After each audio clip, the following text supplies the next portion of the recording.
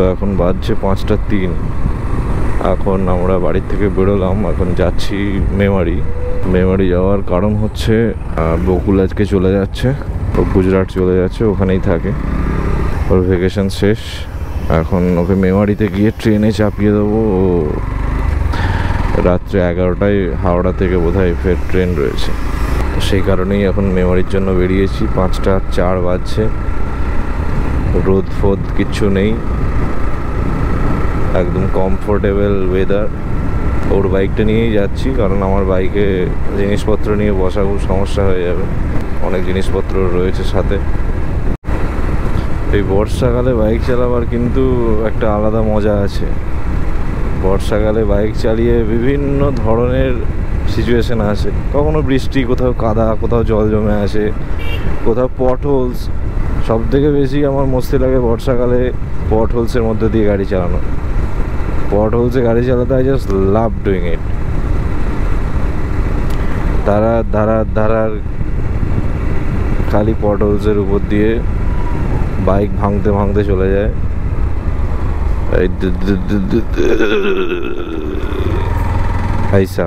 I just love monsoon. চারিদিক সবুজ সবুজ সবুজ হয়ে যায়, গাছপালাগুলো পিক্সেলেট হয়ে যায় যদি তুমি low bit rate video export করো। বর্ষাকালে সন্ধ্যের টাইমটাতে, সানসেটের টাইমটাতে কিন্তু মেঘগুলো চরম দেখতে লাগে। এই মেঘটা এই মানে আমার তো মনে হয় শরৎকালের থেকেও ভালো মেঘ বর্ষাকালে পাওয়া যায়, অসাধারণ লাগে।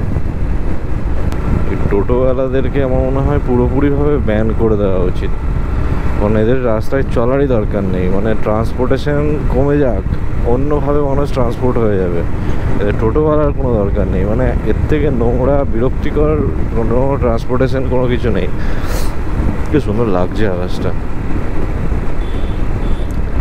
তো ওদের আমার যেটা সব থেকে, যেটা আমি মানে একটু স্পেসিফিকভাবে বললে আমি যেটা সব থেকে আমার বিরক্ত লাগে, সেটা হচ্ছে ওদের একটা গাড়ি 3টে চাকা।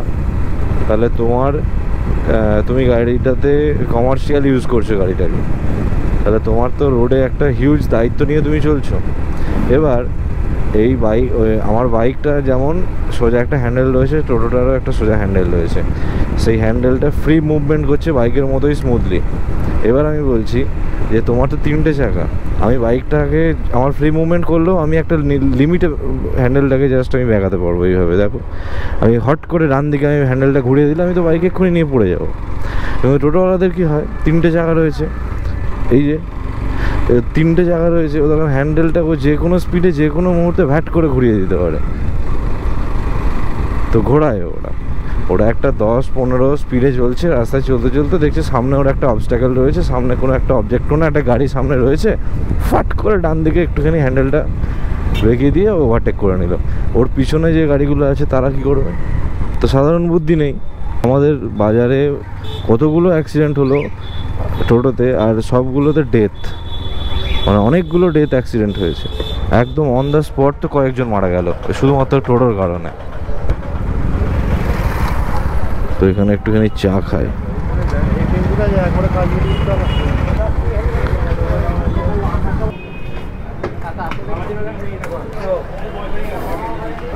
কাকা দুটো চা দেবে?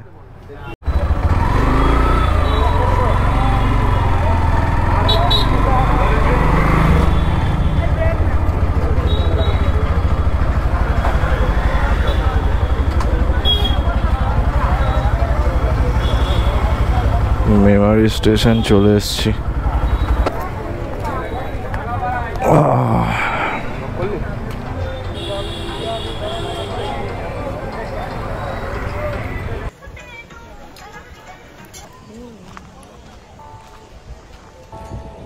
তো এখন টাইম হচ্ছে 6:14, ট্রেন আসবে 6:30। তারপর ওকে ট্রেনে চাপিয়ে দেওয়ার পর এখান থেকে আমি বেরিয়ে যাব। এখানে সুন্দর একটা সানসেট হচ্ছে, চলো সানসেটটা এনজয় করো।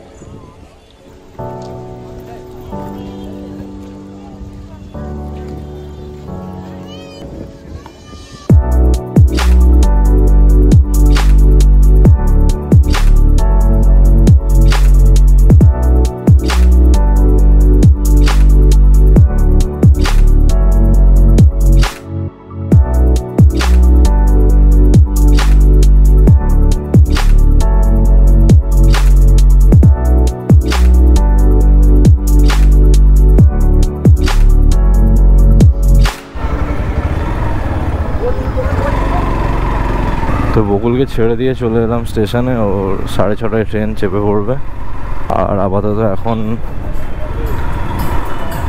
থোড়া দিল ব্যাট গেয়া, অনেক দিন ছিল, 1 মাস ছিল প্রায়। এই একটা জিনিস, ইন্টারস্টেলার মুভিতে একটা খুব ভালো লাইনস আছে, যখন মিলার্স প্ল্যানেট থেকে যখন ওরা ফিরে আসবে তখন একটুখানি ওদের মধ্যে কথা হবে। তো সেইখানে একটা সুন্দর একটা জিনিস ডেসক্রাইব করা হবে, সেখানে লাভ কি, লাভ জিনিসটাকে ডেসক্রাইব করা হবে।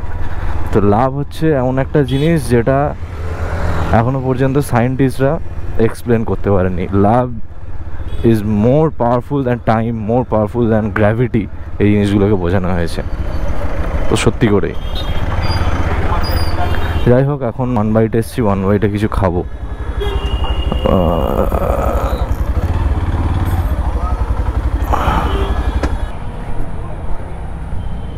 মেমারি 1 বাইট।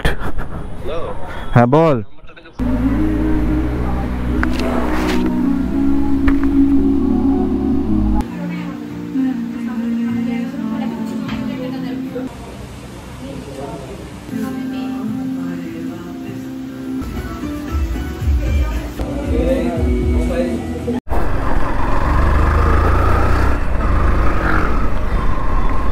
তো খাওয়া দাওয়া শেষ 1 বাইট থেকে, এখন মেমারি থেকে বেরিয়ে যাচ্ছি গাইজ।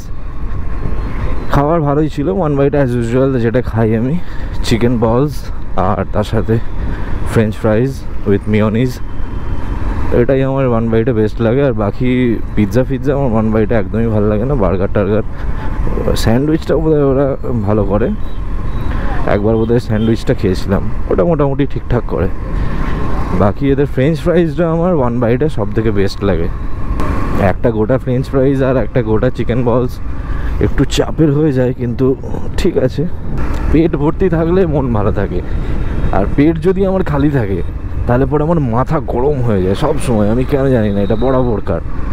মানে আমার যদি পেট খালি থাকে আর মানে যে কোনো জিনিস আমি চিড় করি, সবসময় বিরক্ত লাগে, একটা খুব খিটখিটে হয়ে যায়। আমি খিদে লাগলে আমার নিজেরই বিরক্ত লাগে নিজেকে দেখে।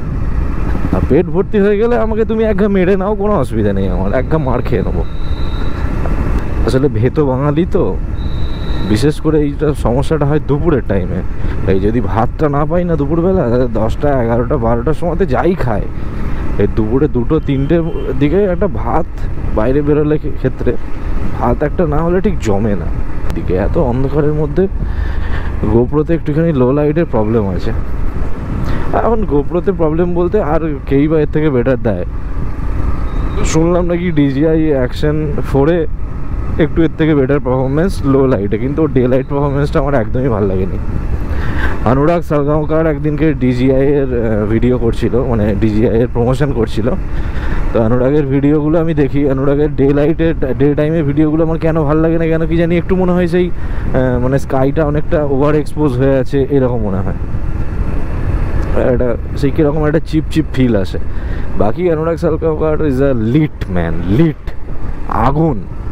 মানে ওর কথা শুনেই তুমি ওকে দেখবে, আর কিছু ও কোথাও যায় না। ওকে আমি কোথাও লাদাখ যেতে দেখিনি, খুব ঘন এখানে ওখানে ঘুরতে, কিচ্ছু না। ও সকালবেলা অফিস যায়, সন্ধ্যেবেলা অফিস থেকে বাড়ি ফেরে, এই হচ্ছে ওর রুট। হ্যাঁ, এখন ঘটনা হচ্ছে যে আজকালকার দিনে ব্লগিংটা মানুষ খুব একটা এনজয় করে না। মানে মানুষের এখন ওই স্ক্রিপ্টেড কন্টেন্ট দেখতেই বেশি পছন্দ করে মানুষ। এই কোথায় কার প্র্যাঙ্ক হচ্ছে, কোথায় সব স্ক্রিপ্টেড থাকে, কোথায় হ্যাঁ মানুষ কি দেখছে এখন, বিগ বস, মানুষ কি দেখছে ওই প্র্যাঙ্ক গন রং, এই সমস্ত ভিডিও মানুষজন দেখতে এত বেশি অভ্যস্ত হয়ে গেছে। র কন্টেন্ট যেটা, সেটা মানুষ দেখতে ভুলে গেছে। একটা সময় ছিল যখন মানুষ এই ব্লগ এনজয় করতো, মোটো ব্লগ এনজয় করতো। মোটো ব্লগ নিজের চার্ম একটা, ঠিক আছে। যদি মানুষ যদি সেই জিনিস যদি মানে সেই রুচি যদি মানুষের থাকতো না, দেখাতাম মোটো ব্লগিং কাকে বলে, কিভাবে মোটো ব্লগিং হয়, একদম র জেনুইন ফিলিং, একদম আমার যেটা ফিল করছি সেটা আমি সামনের জনকে কীভাবে তুলে ধরছি, এই জিনিসটা কীভাবে করতে হয় সেটা আমি দেখিয়ে দিতাম। বাট মানুষ ডাজন্ট কেয়ার এখন। মোটরসাইকেল একটা আলাদা আবেগ দাদা, মোটরসাইকেল একটা আলাদা আবেগ। তুমি যতই কার চালাও, যতই তুমি প্লেনে, বাসে, হেলিকপ্টারে, জাহাজে, রকেটে ঘোরো না কেন, বাইকের যে ফিলটা সেটা অসম্ভব, সেটা কেউ তোমাকে প্রোভাইড করতে পারবে না। এই যে তুমি যাবে নিজের মনে, নিজের খেয়ালে, আর তার সঙ্গে সব থেকে যেটা বাইকের ইম্পর্টেন্ট জিনিস আমার মনে হয় বাইক চালানোর ক্ষেত্রে, যেটা সব থেকে বেশি রোমাঞ্চকর ব্যাপার, সেটা হচ্ছে যে তুমি you can feel the speed, you can feel the air. এই জিনিসটাই তো, আর কি চাই বাইকে এটাই তো সব থেকে বেশি অ্যাডভেঞ্চারাস, সব থেকে বেশি রোমাঞ্চকর তো এটাই, তুমি স্পিডটাকে ফিল করতে পারো দাদা। হ্যাঁ, রোদে বৃষ্টিতে সমস্যা হয়, বাইকে রিস্ক অনেক বেশি, যদি তুমি সাবধানে চালাতে পারো। দেখো, যদি রিস্কের কথা বলো, সব জিনিসেই রিস্ক আছে পৃথিবীতে, রিস্ক ছাড়া এমন কোনো জিনিস নেই যেটাতে তুমি সফল হতে পারবে বা যেটাতে কোনো কাজ মিটবে, সেই জিনিসে রিস্ক নেই, এরকম কোনো জিনিস নেই। কাজ মেটাতে গেলে তোমাকে রিস্ক তো নিতেই হবে, সেটাতে তুমি জীবনে সাকসেস হতে গেলেও তোমাকে রিস্ক নিতে হবে। ঠিক সেরকমই তুমি এই জায়গা থেকে আরেক জায়গায় যাচ্ছ, তাতে তুমি যে ট্রান্সপোর্টই ব্যবহার করো না কেন, সবেতেই রিস্ক আছে। এখন ট্রেন উল্টে চলে যাচ্ছে যেদিক সেদিক, আর বাইকের কি কথা বলছো। অলমোস্ট সাতগাছিয়া চলে এসেছি, এখন এখান থেকে আর বেশিক্ষণ নেই রাস্তা, আর হয়তো 15 কিলোমিটার 17 কিলোমিটার মতো রাস্তা এখান থেকে বাড়ি। তো ব্লগটা চলো অন্ধকারে আর বেশি বাড়াচ্ছি না, এখানেই ব্লগটা শেষ করছি। আজকে জাস্ট একটু কথা তোমাদের সাথে বলতে ইচ্ছে করলো, তাই ব্লগটা করলাম, আর কোনো কারণ নেই। আবার দেখা হবে নেক্সট ভিডিওতে, ভালো থেকো।